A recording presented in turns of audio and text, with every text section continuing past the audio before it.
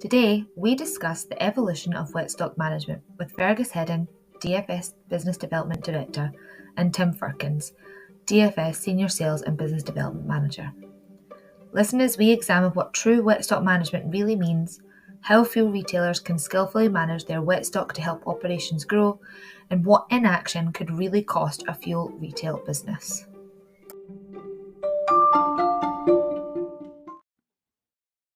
Hi, thank you both for joining us today. How are you? Very well, thank you. Yeah, we're good. Good. So how skillfully fuel retailers manage their wetstock over the next 10 years will be a defining benchmark for whether their retail operation grows or is forced to leave the marketplace. So let's start there. When fuel retailers hear the term wetstock management, many think of stock control, tank level measurement, or leak detection. But Tim, can you go into a bit more detail about what true wetstock management actually is? Yeah, sure. So I think quite simply, it's all of the above, but it's more as well.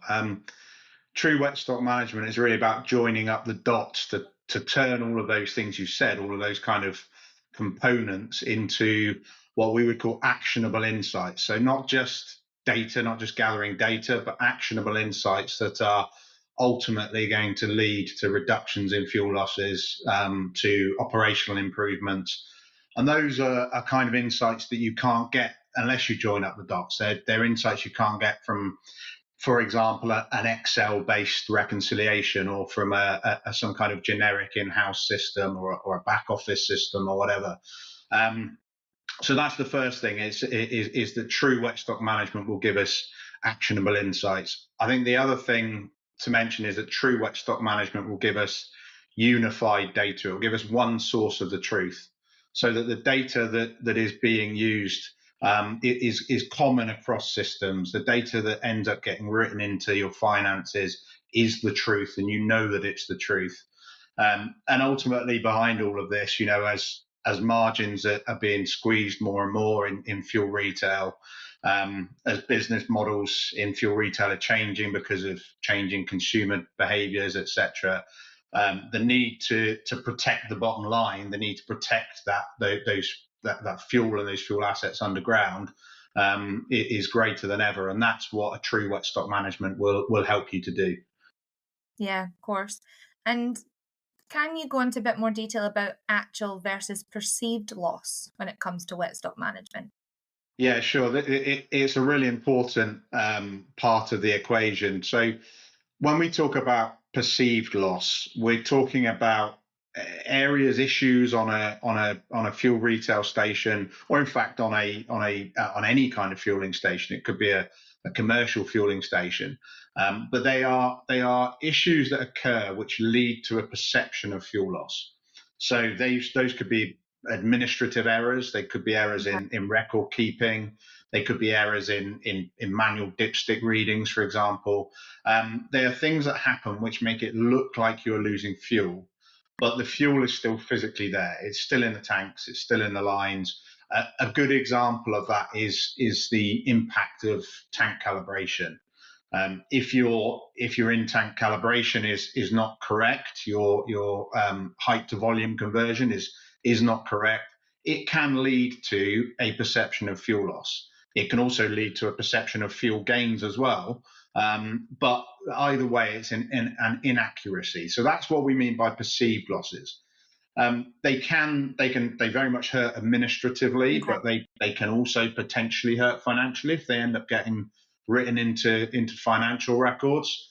But more importantly than those are the actual losses of fuel. So actual losses of fuel are those things that actually hurt you financially. So, for example, a theft or an over-dispensing meter in a pump. And then, of course, the most important actual losses of fuel are leaks, which hurt you financially, but also hurt us environmentally. They hurt you in terms of public relations, etc., etc. So those actual losses are issues causing physical losses of fuel. So we have those two distinct categories, and they interact with each other. They have a knock-on impact on each other. If you're not accurately able to identify the perceived losses, then your ability to accurately identify the actual losses is impacted quite significantly. So when we look at wetstock management, we look at it holistically. We look at the ability to identify all of those different things. And yeah, so that's what we mean by perceived and actual losses. And is it true to say that all wetstock management solutions can identify actual and perceived loss, or is it only select solutions that are able to do that? Yeah, so it's again, it comes back to the first question of what is wetstock management. A true wetstock management system, a true advanced wetstock management system, should be able to identify perceived loss, and it should be able to identify actual losses. The level of granularity in that is down to the system. So, for example, here at DFS, we have systems which can really go to a really granular level in terms of being able to identify exactly what the loss is. If you're a much higher level, if you had a much simpler system, it may be able to identify that there is a loss, but not what the cause of the loss is. And that's where those perceived losses, for example, can end up hiding the actual losses and the things that you actually need to take action on. So yeah, it depends on the system, but a true wetstock management solution should be able to identify both. Great, perfect. Thank you for that clarification. And Fergus, coming to you now, can you explain why wetstock management is not a one-size-fits-all solution? Absolutely. As Tim touched on, we work across a vast array of networks, stations, fleets, truck stops, even fuel storage locations. So for us, again, as we mentioned, DFS have scalable solutions that can provide solutions for all our customers, whether they have suction sites, pressure sites, storing fuel for other customers, above ground tanks, underground storage tanks. Do they need data once per day? Do they want it in real time? It all is up to what the customer requires, what they want, even from a local and a compliance perspective. So no, there's not one size fits all.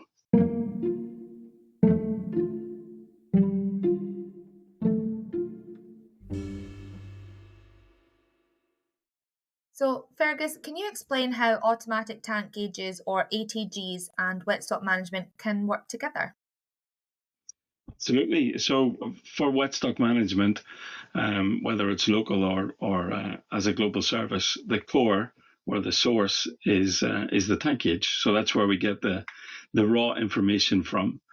So by providing tank gauges to customers, we not only get real time data on our wetstock management service, but also at a local level. This includes the inventory data, the deliveries in real time, transactions from the dispensers, and the alarms, which are very important also. The visibility that they get is second to none, but that chain has to be complete, which is a tank gauge connected to the wetstock management, and then we can provide the customer the feedback they require. And is it true tank gauging products and solutions alongside an effective wetstock management system can help fuel sites remain compliant while optimizing their fuel stocks? Absolutely. Compliance is a big focal point for us, whether it's local, national, global compliance, whether it's to do with the EPA, whether it's leak detection. So there's multiple solutions that we have, from a health and safety standard, from a product standard that we need to adhere to. When the customer installs solutions that come from Dover, we provide all those necessary functionality and certificates with the equipment.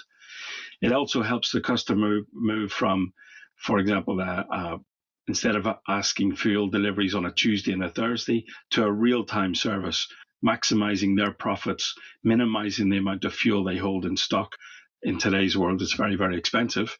And also making sure that it's not leaking. And as Tim touched on earlier, whether it's a perceived loss or an actual loss. So by using tank gauge products, we manage that solution and that facility for the customers. So, Tim, can you go into a bit more detail about why having an effective wetstock management system and tank gauging is vital for a fuel retailer's success? Yeah, absolutely. So both of them work together in tandem, and they work best together in tandem. So by way of example, having ATG without having wetstock management, ATG will give you data, but it won't give you the true insight that wetstock management can give you. Okay. On the flip side, if you have wetstock management without ATG, it means that you're not benefiting from the granular and accurate data that the ATG can provide. That accurate data from the ATG, it will eliminate human error and eliminate those sort of administrative errors that we spoke about earlier. But it will also enable those insights and those actions to happen in near real time, rather than needing to wait, a certain amount of time or days before you can have any visibility. So the two of them working together is really the absolute optimum package. Yeah, it certainly sounds like it.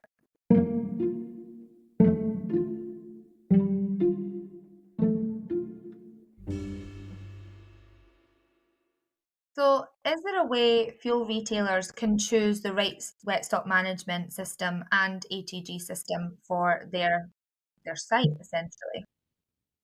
Absolutely. So from our Dover perspective, we have a wide range of solutions. We have a website they can pick and choose what they want, but we also have systems that will suit fuel depots, highway sites, multiple fueling positions.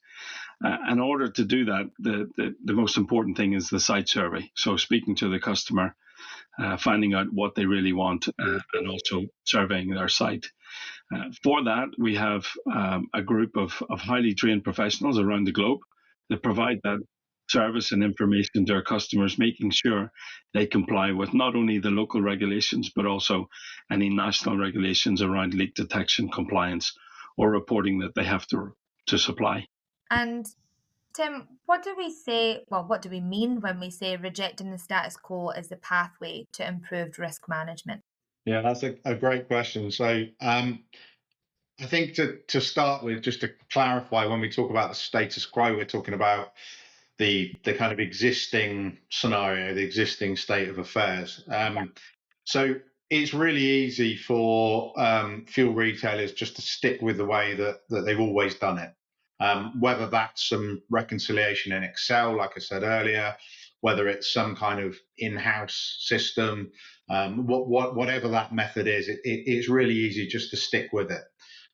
But we believe that taking that bold move to embrace proper, true wetstock management systems and services, as we spoke about earlier, it will take your wetstock data analysis to the next level, and it will lead to a reduction in losses.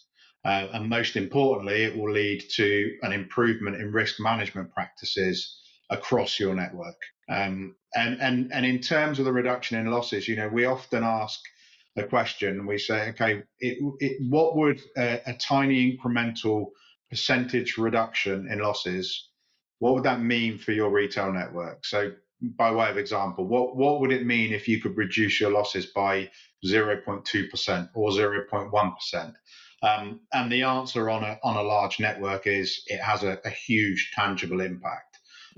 So this moving away from the status quo is about improving risk management practices, but ultimately in doing it, you're also going to improve your bottom line as well. Of course, and change shouldn't always be viewed as a scary thing, particularly when it comes to... No, absolutely, yeah. So in your opinion, Fergus, we'll come to you first. How do you see fuel sites evolving over the next 10 years in relation to tank gauging and wetstock management? I think that we're at the start of a long journey. I think that traditional fuel stations will stay for the foreseeable future anyway. But we have to adapt to the future, to the carbon footprint, to the environmental risks and rewards that we can get from adopting alternative fuels. For example, here in Ireland, we have seen a big influx of HVO, which is a hydrogenated vegetable oil. Meaning that the customer is using a fuel that's not from a fossil fuel.